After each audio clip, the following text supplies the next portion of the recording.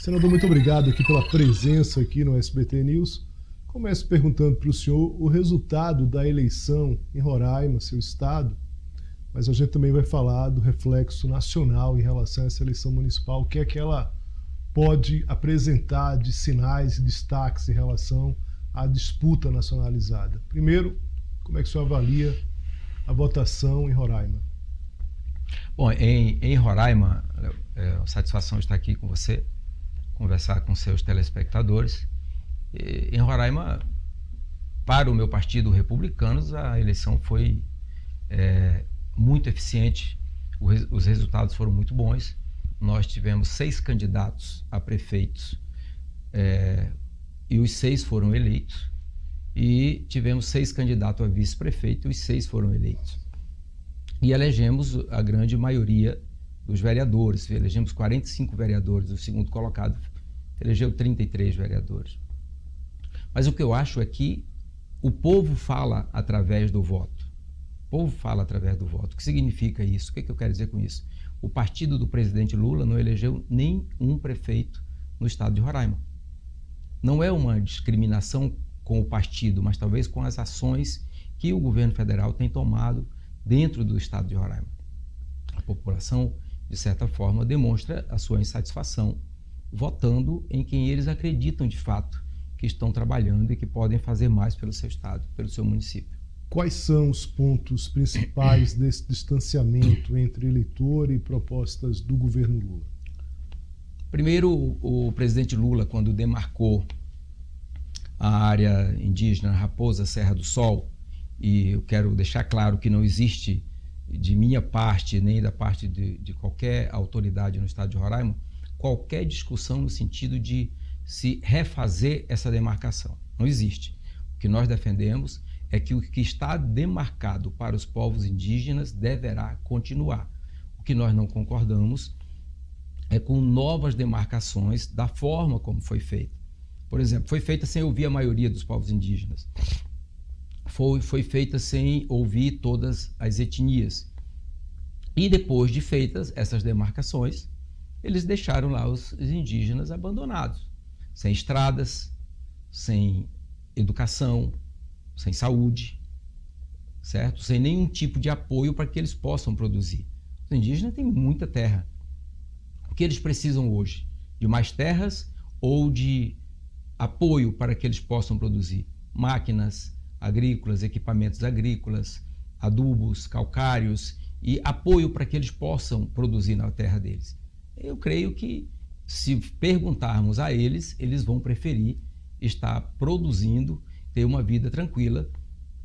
Te dou mais 100 hectares de terra, mas tu vai continuar sem produzir. Ou te dou condições para tu produzir nas 100 hectares que você já tem. O senhor, inclusive, tem um projeto nesse sentido, de dar mais autonomia ali ao indígena, é isso? Sim, nós temos uma proposta de emenda à Constituição, uma PEC, protocolada agora há poucos dias, que dá aos indígenas, aos povos indígenas de todas as etnias e comunidades, o poder de decidir o que eles querem fazer com a terra deles. Por exemplo, lá em Roraima nós estamos falando de aí, cerca de 6 milhões de hectares de terra na Raposa Serra do Sol e na reserva São Marcos. Eles não têm condições de produzir. A produção deles hoje é feita através de um programa do governo do estado, que é um programa de grãos, e o governo dá a eles máquinas para gradear, aradar, para calcarear, o governo dá o calcário, dá o adubo e dá a semente para eles plantarem em todas as comunidades indígenas do estado. E é isso que eles produzem hoje lá. Qual é o nosso entendimento nessa PEC? O que nós objetivamos? Que eles possam tomar decisões de, por exemplo, alugar a área deles para um grande produtor de soja, um grande produtor de arroz, e dali eles tirarem uma espécie de royalty, um aluguel, para eles terem alimentos, para eles terem dinheiro, para melhorar a vida deles, a qualidade de vida deles. Agora, senador, não é deixar essa população muito fácil para ser capturada por agricultores, a depender da liberação desse projeto para garimpeiros? A gente tem relatos muito claros de situações... Primeiro, a gente não fala, na PEC não trata sobre garimpo. Não, mas eu avanço no sentido de que, a partir da própria agricultura, você possa criar ali um precedente para determinados pontos. Mas mesmo vamos falar só da agricultura. Será que nesse caso não é deixar uma população que hoje já se tem uma desassistência do governo, a partir do relato do senhor, deixar facilmente capturada pelo negócio? A nossa proposta, a nossa PEC, ela diz que terá que ser esse acordo, eles decidem, mas isso tem que ter o aval do Ministério dos Povos Indígenas, tem que ter o aval do Ministério da Agricultura, que vai acompanhar isso. Eles não vão decidir sozinhos. Mas eu quero deixar bem claro também que nós não estamos falando de indígenas que não estudaram. Nós estamos falando de indígenas que têm conhecimento, que têm formação profissional, que têm mestrado, doutorado.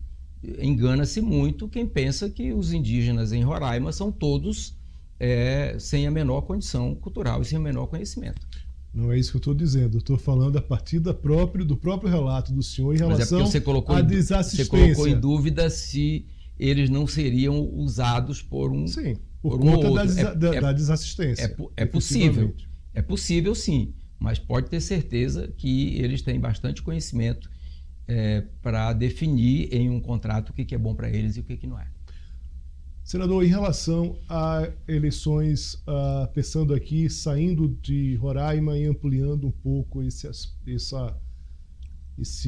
cenário nacional, como é que o senhor viu a eleição de São Paulo, que tem uma eleição que foi nacionalizada, está sendo nacionalizada, é a eleição de São Paulo, e como é que o senhor vê o fenômeno do Pablo Marçal dentro dessa divisão da direita? Porque claramente ali se dividiu a direita na eleição paulista. Como é que, a partir desse cenário, o senhor imagina essa movimentação eleitoral brasileira? Bom, eu imagino que o que ficou claro, que a maioria dos municípios elegeram pessoas de direita, que preservam costumes, defendem a família. O fenômeno Pablo Marçal, ele durou muito pouco. Durou muito pouco pelo extremismo dele. Ele foi uma direita extremista. Eu sou de direita, mas não sou extremista. Não sou extremista. Eu defendo a família. Eu defendo os princípios cristãos. Eu defendo uma pauta de costumes. Mas eu não sou extremista. Mas o que foi que o Pablo Marçal foi extremista na avaliação do senhor? O comportamento dele. O comportamento dele. Eu creio que isso aí já é um extremo totalmente desnecessário. A fake news sobre o Boulos, eu acho que isso é um absurdo. Vocês defendem fake news? Não, vocês não defendem fake news, vocês combatem fake news. E que o que o Pablo Marçal fez foi uma fake news. Foi uma fake news para tentar influenciar o eleitor paulista. Até numa guerra você tem que ter regras, e na verdade você não... Até na guerra tem regras. E aí, de fato, ele foge de qualquer ponto naquele movimento. Mas o senhor acha que isso está superado a esse fenômeno Marçal, ou ele ainda vai trazer problemas para a direita nos próximos anos? Eu acho que ele não é que ele vai trazer problemas para a direita. Mas, a princípio, ele encerrou muito rápido a carreira dele, porque todo mundo acreditava que ele fosse para o segundo turno. Mas ele exagerou tanto na fala dele, nos pronunciamentos, nas visitas, nas conversas, nos atos de violência, porque muitos atos de violência foram provocados por ele. Ele provocou alguns atos de violência. Então, o ato de violência não foi apenas da Atena que deu uma cadeirada. Ele provocou essa violência. Nenhuma dessas violências podemos aceitar, podemos concordar com isso. Então, eu acredito que, lógico, ele ainda tem futuro, logicamente, mas ele pode ter absoluta convicção de que, numa próxima candidatura dele, ele vai repensar esse modelo que ele estava atuando agora. Senador, agradeço muito aqui a presença aqui no SBT News. Espero encontrá-lo outras vezes aqui. Forte abraço para o senhor. Eu que agradeço, fico muito feliz pela oportunidade. Estou sempre à disposição.